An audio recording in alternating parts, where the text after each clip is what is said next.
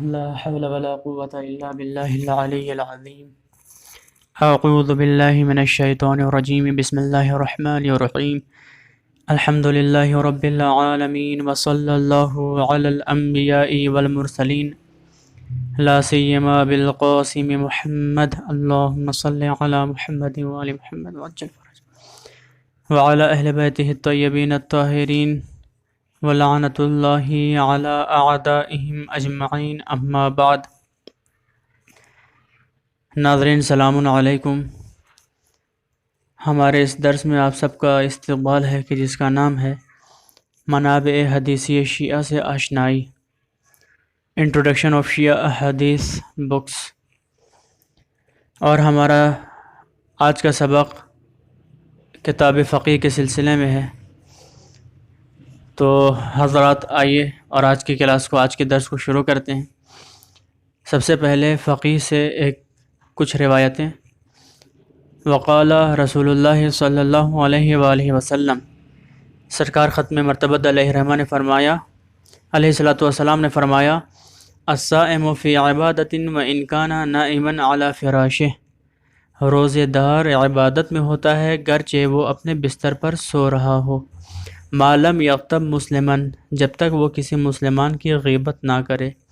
یعنی کہ غیبت کرتے ہی وہ انسان عبادت سے نکل جاتا ہے، خارج ہو جاتا ہے.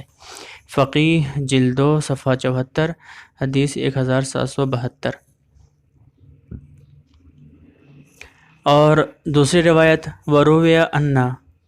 اب یہاں پہ اس سند میں اگر آپ غور کریں برادران، تو یہاں پہ کسی معصوم کا بھی نام نقل نہیں ہے. یعنی کہ اتنا زیادہ اختصار سے کام لیا کہ معصوم کا نام بھی ہٹا دیا ہے آپ نے، اور کہہ رہے ہیں وروی انا، رویا روایت کی گئی، انا من توضأ فذکر اسم اللہ طہر جمیع جسدہ، جو شخص وضو کرے اور اللہ کا نام لے اس کا تمام بدن پاک ہو جاتا ہے. وکان الوضوء الی الوضوء کفارۃ لما بینہما، اور ایک وضو سے دوسرے وضو کے بیچ کا فاصلے کے لیے یہ وضو جو ہے ان بیچ میں آنے والے تمام گناہوں کا کفارہ ہوگا. من الذنوب، تمام گناہوں کا کفارہ ہوگا. ومن لم یسمی لم یطہر من جسدہ الا ما اصابہ الماء، اور جو شخص وضو کرتے وقت بسم اللہ نہ کہے تو جتنے پہ اس پانی پڑا ہے وضو کا صرف اتنا ہی حصہ پاک ہوگا، بقیہ جسم پاک نہیں ہوگا. اس سے مراد جو ہے طہارت معنوی ہے.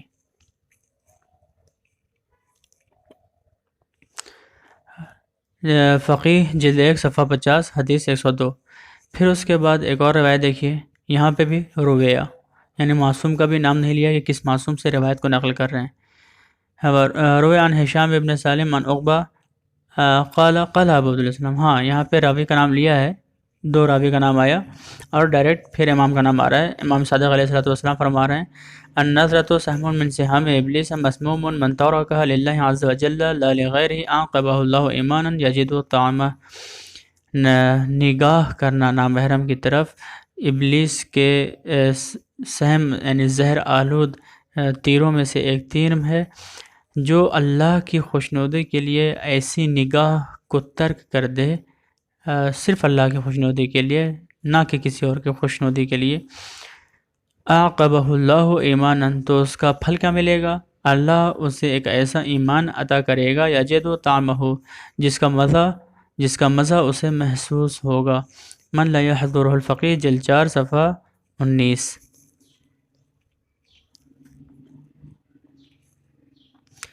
شیخ صدوق علیہ الرحمہ سند اور سند کی قیمت دونوں سے بہترین اور بخوبی واقف تھے. یہاں تک کہ کتاب من لا یحضر الفقہ میں آپ نے کبھی کبھی کسی سند کے اوپر تنقید بھی کی ہے، اور اپنی تمام کی تمام کتابوں میں آپ نے جو بھی روایتیں ائمہ معصومین علیہ السلام سے نقل کی ہیں اس میں سند ضرور ذکر کیا ہے. پھر سوال یہ اٹھتا ہے کہ کتاب فقہ میں ہی کیوں سند کو جو ہے حذف کر دیا گیا اور سند کو کامل نہیں ذکر کیا ہے؟ سب سے بڑا سوال کہ سند کو کامل کیوں نہیں ذکر کیا، یعنی مکمل سند ذکر کیوں نہیں کیا؟ پہلا اس کا جواب یہ ہے کہ اختصار کے تحت دوسرا جواب یعنی کہ مختصر کرنے کے لیے، دوسرا جواب یہ ہے کہ اس کتاب کو جو لکھ رہے تھے تو اس کتاب کے مخاطب جو ان کے تھے شیخ صدوق علیہ رحمہ کے، وہ خود آپ کے مقلدین تھے، اور مقلدین بھی پہلے درجے کے مقلدین تھے، یا عموم مردم تھے، عام مردم تھے، عام لوگ تھے، اور ایسے لوگوں کو سند سے کوئی جو ہے سروکار نہیں ہوتا ہے، بلکہ ان کو صرف اور صرف فتویٰ چاہیے ہوتا ہے۔ جیسے کہ آپ انڈیا میں بھی دیکھ سکتے ہیں کہ ہم لوگ بھی جو ہے اکثر و بیشتر سند نہیں پڑھتے ہیں، کیونکہ سند سے ہمیں کوئی سروکار ہی نہیں ہے، صرف ہمیں حکم چاہیے ہوتا ہے اور صرف روایت پڑھتے ہیں۔ انہوں نے شیخ صدوق علیہ رحمہ نے 3 روایت کے علاوہ، یعنی کہ کتاب فقہ میں صرف 3 روایتیں ایسی ہیں کہ جو مسند ہیں، اور 3 روایت کے علاوہ بقیہ پوری کی پوری کتاب آپ کی مرسل ہے یا معلق ہے، یا تو آپ نے کلن سند کو حذف کر دیا ہے، یا یہ کہ سند کے آخر کے کچھ حصے کو آپ نے حذف کیا، یا شروع کے کچھ حصے کو حذف کیا۔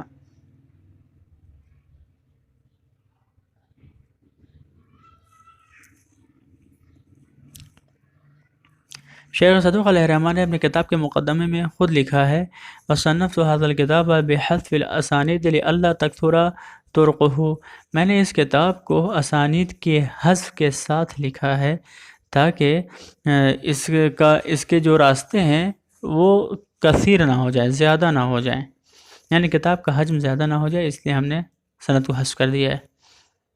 لیکن شیخ صدوق علیہ رحمہ جیسے متوجہ ہوتے ہیں کہ یہ کتاب علماء کے لیے بھی قابل استفادہ ہے، یعنی کہ علماء حضرات بھی اسے استفادہ کر سکتے ہیں، تو ابھی کتاب کی تالیف چل ہی رہی تھی کہ آپ متوجہ ہوئے اس بات کی طرف کہ نئی سند بھی ہونی چاہیے، اس سے علماء بھی استفادہ کریں گے، تو آپ نے مشیخہ تالیف کرنا شروع کر دیا تاکہ احادیث کو ارسال سے نکال سکیں۔ اگر ہم موجود کتاب میں سند کو دیکھتے ہیں تو ہمیں تھوڑا سا حصہ دیکھنے کے بعد پتہ چل جاتا ہے کہ شیخ صدوق علیہ رحمہ نے مشیخہ لکھنے کا ارادہ کیا۔ اسی بنا پر پہلی اور دوسری جلد شیخ صدوق علیہ رحمہ کی جو فقیہ ہے، فقیہ کی پہلی اور دوسری جلد، یہ پہلی اور دوسری جلد پوری کی پوری مرسل ہے، اس کو ہم مشیخہ کے ذریعے سے بھی مسند نہیں کر سکتے ہیں۔ اب یہاں پہ ہم دیکھتے ہیں کہ اسناد کو فقیہ میں کس طرح سے پیش کیا گیا ہے۔ صفحہ 95، اختصار کے تحت آپ نے سند کو حذف کیا۔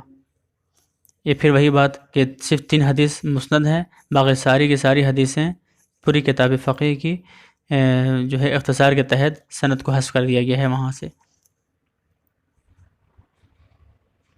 اور آپ نے دوسرا طریقہ یہ ہے کہ آپ نے مشیخہ سے استفادہ کیا ہے تاکہ روایت کے ایک حصے کو مسند کیا جا سکے۔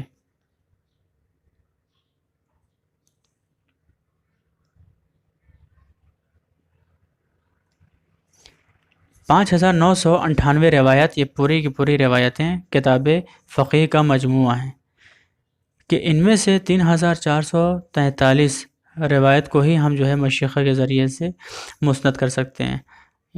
5998 یاد کرنے کے لیے 6000، اور ادھر 3943 یاد کرنے کے لیے 4000، تقریباً 6000 ہم کہہ سکتے ہیں۔ تو تقریباً 6000 احادیث میں سے 4000 احادیث کو ہم مسند کر سکتے ہیں، 2000 احادیث کو ہم مسند نہیں کر سکتے ہیں مشیخہ سے بھی۔ اب یہاں پہ ہم جو ہے مقایسہ کرتے ہیں خود فقہ کی جلدوں کا۔ اب یہاں پہ کچھ روایتیں پیش کی جا رہی ہیں ناظرین آپ کے لیے، آپ یہاں پہ غور کیجئے۔ پہلی جلد، دوسری جلد، تیسری جلد اور چوتھی جلد، چاروں جلدوں سے ہم کچھ روایتیں پیش کریں گے۔ اس میں آپ سند میں غور کیجئے کہ انہوں نے سند میں کیسے جو ہے اختصار سے کام لیا ہے۔ پہلی جلد میں دیکھیے ورویہ، صرف رویہ۔ دوسری حدیث دیکھیے وقال ابو الحسن موسیٰ بن جعفر۔ تو اب یہاں پہ پہلی روایت میں صرف رویہ تھا، یعنی کہ معصوم کا بھی نام نہیں تھا، لیکن دوسری روایت میں معصوم کا نام کم سے کم آیا ہے۔ تیسری اور چوتھی حدیث میں بھی معصوم کا نام آیا ہے۔ پہلے اس حدیث کو پڑھ لیتے ہیں۔ ان من توضأ فذكر اسم الله طهر جميع جسده وكان الوضوء الى الوضوء كفارة لما بينهما من الذنوب ومن لم يسمي لم يطهر من جسده الا ما اصابه الماء. یہ پڑھ چکے تھے ہم. من توضأ قال ابو الحسن موسى بن جعفر. دوسری حدیث من توضأ للمغرب كان وضوءه ذلك كفارة لما مضى من ذنوبه في نهاره، یعنی کہ جو انسان مغرب کے لیے وضو کرے تو یہ وضو اس کے دن کے گناہوں کا کفارہ ہوگا. من ذنوب فی نہارہ ما خلل کبائر گناہان کبیرہ کو چھوڑ کر کے تمام گناہان صغیرہ کا یہ کفارہ ہوگا. ومن توضأ لصلاۃ الصبح کان وضوءہ ذلک کفارۃ لما مضى من ذنوبہ فی لیلتہ، اور جو شخص صبح کی نماز کے لیے وضو کرے یہ وضو اس کے رات میں تمام گناہوں کا کفارہ ہوگا الا الکبائر، سوائے گناہان کبیرہ کے. پھر تیسری روایت ہے، رسول اسلام صلی اللہ علیہ وسلم ارشاد فرماتے ہیں افتحوا عیونکم عند الوضوء لعلها لا ترى نار جہنم، تم اپنی آنکھوں کو وضو کے وقت کھولو، یعنی کہ آنکھیں کھلیں تو فوراً وضو کرو، مطلب یہ ہے لعلها لا ترى نار جہنم، شاید کہ آنکھیں پھر نار جہنم کو نہ دیکھیں، آگے جہنم کو نہ دیکھیں. وقال صادق علیہ السلام من توضأ وتمندل كتب اللہ له حسنہ، جو شخص وضو کرے اور وضو کر کے پھر اسے خشک کر لے اللہ اس کے لیے ایک نیکی لکھے گا. تمندلہ مندل سے بنا ہے، مندل کہتے ہیں رومال کو. جو شخص پوچھ لے اس کے لیے ایک نیکی لکھی جائے گی. ومن توضأ ولم یتمندل، اور جو شخص وضو کرے اور پھر وضو کو خشک نہ کرے کسی کپڑے سے، حتی یجف وضوءہ، یہاں تک کہ وضو خود سے سوکھ جائے، کتب اللہ له 30 حسنہ، تو اللہ ایسے بشر کے لیے 30 نیکیاں لکھے گا. ولا باس بأن يصلي الرجل بوضوء واحد صلوات اللیل والنہار، اور اس میں کوئی حرج نہیں ہے کہ کوئی شخص ایک وضو سے رات اور دن کی نمازیں پڑھے، کلھا، تمام کی تمام نمازیں پڑھے، ما لم یحدث، جب تک اس سے کوئی حدث سرزد نہ ہوئی ہو، وکذالک بتیمم واحد، اور اسی طریقے سے ایک تیمم سے پورے دن اور پورے رات کی نمازیں پڑھ سکتا ہے. ما لم یحدث او یصب ماء، جب تک وہ محدث نہ ہوا ہو اور جب تک اسے پانی نہ ملے. من لا یحضر الفقیہ جلد 1 صفحہ 50. اب اس صفحے پہ ہم نے روایتوں کو دیکھ لیا، یا تو معصوم کا بھی نام ذکر نہیں ہے، یا کم سے کم معصوم کا نام ذکر ہے، راوی کا نام ذکر نہیں ہے. اب جلد دوم میں ہم دیکھتے ہیں، جلد دوم بھی جلد اول کی طرح ہے. قال علی، دیکھیے یہاں پہ صرف مولا علی کا نام. وروا جابر عن ابی جعفر، اب یہاں پہ جو ہے صرف ایک راوی کا نام آیا ہے، جابر کا. قال رسول اللہ، صرف رسول اللہ کا نام. قال صادق، تو روایت پڑھ لیتے ہیں پہلے. قال رسول اللہ صلی اللہ علیہ وآلہ وسلم من صام یوما تطوعا ادخلہ اللہ عز وجل الجنہ، جو انسان مستحب روزہ رکھے ایک دن اللہ اس سے جنت میں داخل کر دے گا. دوسری حدیث 1802 حدیث کا نمبر ہے یہ. وروا جابر عن ابی جعفر، امام محمد باقر علیہ السلام سے جابر روایت نقل کرتے ہیں. قال من ختم له بصيام يوم دخل الجنہ، جس انسان کا ایک دن کا روزہ ختم ہو جائے وہ انسان جنت میں داخل ہو جاتا ہے. اس کے بعد کی حدیث قال رسول اللہ من صام یوما فی سبیل اللہ کان یعدل سنۃ یصومها، جو اللہ کی راہ میں ایک دن روزہ رکھے وہ ایک دن کا روزہ پورے سال کے روزے کے برابر ہے. پھر امام صادق علیہ السلام ارشاد فرماتے ہیں من تطیب بطیب اول النہار وهو صائم لم يفقد عقلہ، جو شخص دن کے ابتدائی حصے میں خوشبو لگائے جبکہ وہ روزہ ہو، یعنی روزہ کی حالت میں خوشبو لگائے، لم یفقد عقلہ، تو ایسے انسان کی عقل کبھی بھی فاقد نہیں ہوگی. من لا یحضر الفقیہ جلد 2 صفحہ 86. اب یہاں پہ پہلی جلد اور دوسری جلد کو ہم نے دیکھا کہ آپ نے سند میں یا تو امام کا نام ذکر کیا ہے یا کہیں کہیں امام کا بھی نام ذکر نہیں کیا ہے، اور صرف کہا ہے رویا، یعنی روایت کی گئی. اب جلد سوم میں جب ہم دیکھتے ہیں تو پتہ چلتا ہے کہ اب یہاں سے آپ متوجہ ہو چکے ہیں سند کی طرف، آپ متوجہ ہو چکے ہیں کہ اس کتاب سے فقہا اور علماء بھی استفادہ کریں گے، تو آپ نے سند جو ہے ذکر کرنا شروع کیا. لیکن کامل سند جو ہے نہیں ہے، بلکہ مشیخہ کے ذریعے سے اس کو کامل کیا جائے گا. مثال کے طور پر روى السکونی باسنادہ، قال علی، یہاں پہ بھی اختصار سے ہی کام لیا ہے آپ نے، ایک راوی کا صرف نام لیا اور کہا کہ مولا علی نے فرمایا ید اللہ فوق رأس الحاکم. فرماتے ہیں امام علیہ السلام کہ اللہ کا ہاتھ حاکم کے سر پر ہوتا ہے، تو رفرف برحمتی، اور وہ رحمت کے پر اس کے اوپر سایہ فگن ہوتے ہیں۔ فَإِذَا حَافَ فِي الْحُكْمِ وَكَلَهُ اللَّهُ عَزَّ وَجَلَّ إِلَى نَفْسِهِ۔ باب الخطا فی الحکم۔ اب یہاں پہ ہم دوسرا مسئلہ دیکھتے ہیں کہ اگر کوئی انسان حکم کرنے میں، یعنی حاکم حکم کرنے میں خطا کرے، تو وہاں پہ روایت میں غور کیجیے آپ۔ یہاں پہ روایت ہے لیکن کامل نہیں ہے، لیکن پہلی اور دوسری جلد کی بنسبت پھر بھی روایت زیادہ ہے، یعنی اسناد زیادہ ہیں یہاں پہ۔ جیسے روی عن ابی بصیر، ایک راوی کا نام آیا کہ پھر معصوم کا نام آیا، قال ابو جعفر من حکم فی درہمین فاخطأ کفر، جو شخص 2 درہم میں حکم لگائے اور خطا کر جائے تو اس نے کفر کیا ہے۔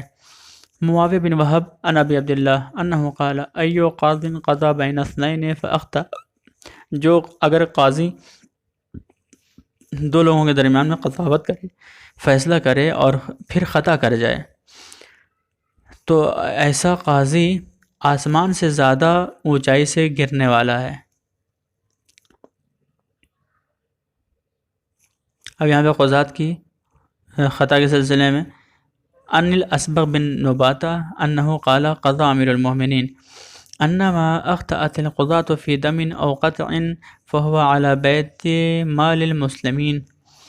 کہہ رہے ہیں، امام فرماتے ہیں کہ اگر قضات یعنی کہ قاضی جو کہ فیصلہ اور حکم لگانے والے ہوتے ہیں، وہ اگر کسی خون میں یا کسی قطع میں خطا کر جائیں، یعنی کہ مثلا خون کی دیہ کیا ہے، اگر کسی نے مرڈر کر دیا، کسی کا خون بہا دیا، تو اس خون کی دیت کیا ہے، یا قطع میں یعنی کہ کسی نے ہاتھ کاٹ دیا، کسی نے آنکھ پھوڑ دیا، کسی نے پیر کاٹ دیا کسی کا، تو ان سب چیزوں کی دیت کیا ہے، دیہ کیا ہے۔ اگر اس دیہ میں جو ہے، اگر کسی خون میں یا قطع میں اگر کوئی قاضی خطا کر جائے تو پھر فہو علی بیت مال المسلمین، تو پھر اس کا جو ہے جبران مال مسلمین کے بیت سے، یعنی بیت المال سے کیا جائے گا، مسلمین کے بیت المال سے اس کا جبران کیا جائے گا۔ اب یہاں پہ جلد 4 آخری جلد، تو تیسری جلد اور چوتھی جلد ایک جیسی ہے۔ یہاں پہ آپ نے جو ہے سند میں راویوں کا بھی ذکر کیا ہے، اور امام کا ذکر تو حتماً کیا ہے آپ نے۔ روی عن ہشام ابن سالم عن عقبہ قال قال ابو عبداللہ علیہ السلام النظرۃ سہم من سہام ابلیس۔ دوسری روایت وروا ابن ابی عمیر عن الکاہلی قال قال ابو عبداللہ علیہ السلام النظرۃ بعد النظرۃ تزرع فی القلب الشہوۃ، یعنی کہ نگاہ ایک کے بعد دوسری نگاہ جو ہوتی ہے، یہ دوسری نگاہ پھر دل میں شہوت کے بیج بوتی ہے، وکفیٰ بہا لصاحبہا فتنۃ، اور پھر اس نگاہ کرنے والوں کے لیے فتنے کو ایجاد کر دیتی ہے۔ وروى الاسبغ بن نباتہ عن علی قال قال رسول اللہ علیہ السلام یا علی لک اول نظرۃ، اے علی پہلی نگاہ جو ہے جائز ہے، والثانیۃ علیک، اور دوسری نگاہ حرام ہے، ولا لک، اور یہ جائز نہیں ہے۔ وقال ابو بصیر للصادق الرجل تمر به المرأة فینظر الی خلفها، وہ مرد کہ جس کے بازو سے پاس سے کوئی عورت گزرے اور یہ شخص پھر اس کے بیک سائڈ کی طرف نگاہ ڈالے۔ قال، امام علیہ السلام نے فرمایا ایسر احدکم ان ینظر الی اہلہ وذات قرابتہ، امام نے فرمایا کیا تم میں سے کوئی ایسا پسند کرے گا کہ خود اس کی عورتوں، اس کی ماں اور بہنوں کے بیک سائڈ پر کوئی دوسرا انسان نگاہ ڈالے، کوئی دوسرے دیکھیں؟ قل تو راوی کہتے ہیں لا مولا، ہم تو ایسا بالکل گوارہ نہیں کریں گے۔ قال، تو امام علیہ السلام نے فرمایا فرض للناس ما ترضاه لنفسک، جو تم اپنے لیے پسند کرتے ہو وہی دوسروں کے لیے پسند کرو۔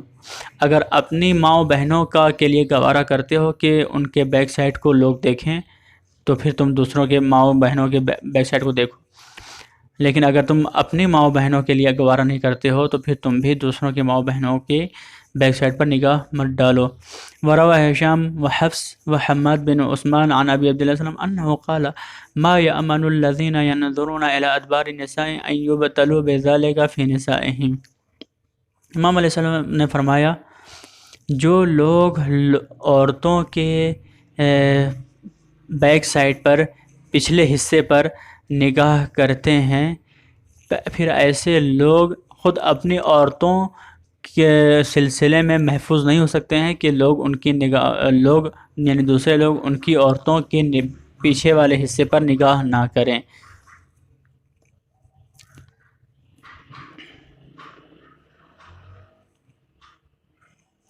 تو ہم پہلے بھی کہہ چکے تھے، آپ نے چاروں جلدوں کی سند کا جو ہے مطالعہ کر لیا۔ ہم پہلے بھی کہہ چکے تھے کہ آپ نے اختصار کے تحت سند کو حذف کیا ہے، اور یہ پہلی جلد دوسری جلد میں زیادہ دیکھنے کو ملتا ہے۔ اور جو حذف کیا ہے آپ نے فقی میں سند کو، یہ دو حال سے خالی نہیں ہے، یا تو تمام کی تمام سند حذف ہے، خود اس کی بھی دو قسمیں ہیں جہاں پہ تمام سند حذف ہو۔ دو قسمیں کیا ہیں؟ پہلی قسم یہ ہے کہ صرف معصوم کی طرف نسبت دے دیں حدیث کو، مثلا آغاز سند میں کہہ دیں قال رسول اللہ قال صادق، یعنی کم سے کم معصوم کا نام آیا ہے۔ دوسری قسم حذف تمام سند کی یہ ہے کہ معصوم کا بھی نام نہ آئے، امام کا بھی نام نہ آئے، اور صرف کہیں ورویہ وفی روایتن۔ تو تمام سند کی حذف کی یہ دو قسمیں ہیں، یا تو معصوم کا نام آئے، یا کم سے کم معصوم کا نام آئے، یا معصوم کا بھی نام آئے۔ تو اس طرح کی روایتیں آپ جیسا کہ پہلے بھی جان چکے ہیں مرسل ہیں، اور مشیخہ کے ذریعے سے بھی ان کا علاج نہیں کیا جا سکتا ہے، مشیخہ بھی انہیں مسند نہیں بنا سکتی ہے۔ دوسرا حذف سند جو بقی میں ہم دیکھتے ہیں، فقیہ میں ہم جو دیکھتے ہیں حذف سند کا، اس کا طریقہ ہے حذف بخشی از آغاز سند، یعنی آغاز سند کے ایک حصے کو انہوں نے حذف کیا ہو، یعنی کہ آپ نے آخر کے ایک یا چند راوی کا نام ذکر کیا ہے، مثال کے طور پر وروى الحلبی عن ابی عبداللہ السلام، ایک راوی کا نام آیا۔ پھر ایسی صورت میں مشیخہ کی ذمہ داری بڑھ جاتی ہے۔ معنی مشیخہ کیا ہے؟ لغت میں مشیخہ شیخ سے اسم مکان ہے، یعنی کہ وہ جگہ جہاں پہ مشائخ کا ذکر کیا جائے، تو شیخ سے اسم مکان ہے۔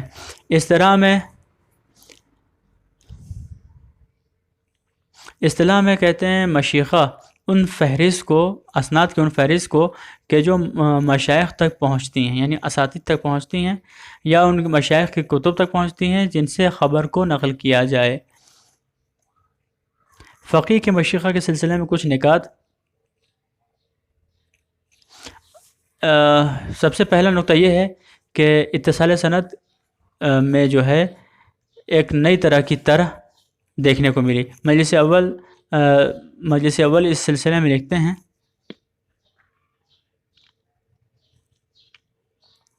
کہ ہم نے پہلے بھی اس کا ذکر کیا ہے کہ ان کے ذہن میں یہ بات نہیں تھی پہلے مرحلے سے کہ وہ اسناد کو بھی ذکر کریں،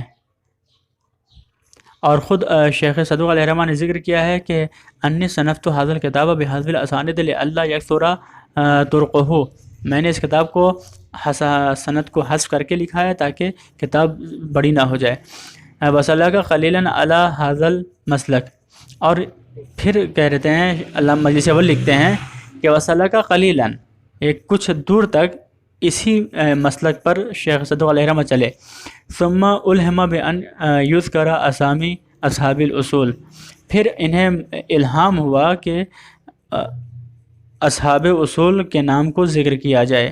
ویشیر فی الفہرست، اور فہرست میں اس کا اشارہ کیا جائے الی طرقہ الیہ، ولنعلم ما فعل فإنه لم يسبق إليه أحد ممن تقدمه من علماء أصحابنا والعامة فيما اطلعت عليه من كتبهم۔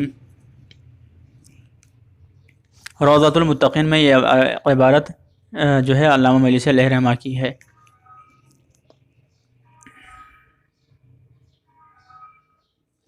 اگر ہم مشیخہ کی ترتیب کو دیکھتے ہیں تو ہمیں اندازہ ہو جاتا ہے کہ شیخ صدوق علیہ الرحمہ نے جب مشیخہ لکھنا چاہا ہے تو انہوں نے کتاب کو اول سے اٹھایا، اور جہاں سے انہوں نے فقیہ لکھنا شروع کیا تھا وہاں سے ایک ایک روایت کو دیکھتے گئے اور اس کی سند لکھتے گئے، ہر ایک روایت کو دیکھتے گئے اس کی سند لکھتے گئے۔ اس طرح سے آپ نے مشیخہ کی ترتیب دی ہے۔ مشیخہ بھی کامل نہیں ہے، جیسا کہ ذکر ہوا کہ شیخ صدوق علیہ الرحمٰن نے اپنے طریق روایت کو 398 لوگوں کے ذکر پر جو ہے آپ نے اکتفا کیا ہے، لیکن 120 لوگوں کا نام جو ہے وہ مشیخہ میں بھی نہیں آیا ہے۔ فقہ میں 120 نام ایسے ہیں کہ جن کا ذکر مشیخہ میں بھی نہیں آیا ہے۔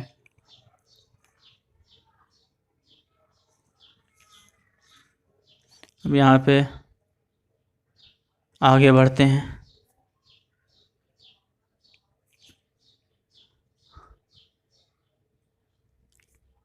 تو ناظرین، آج کے جلسے کو ہم یہاں پہ تمام کرتے ہیں، اور انشاءاللہ آنے والے جلسے میں ہم یہاں سے اپنے سفر کو آگے بڑھائیں گے۔ وآخر دعوانا ان الحمد للہ رب العالمین۔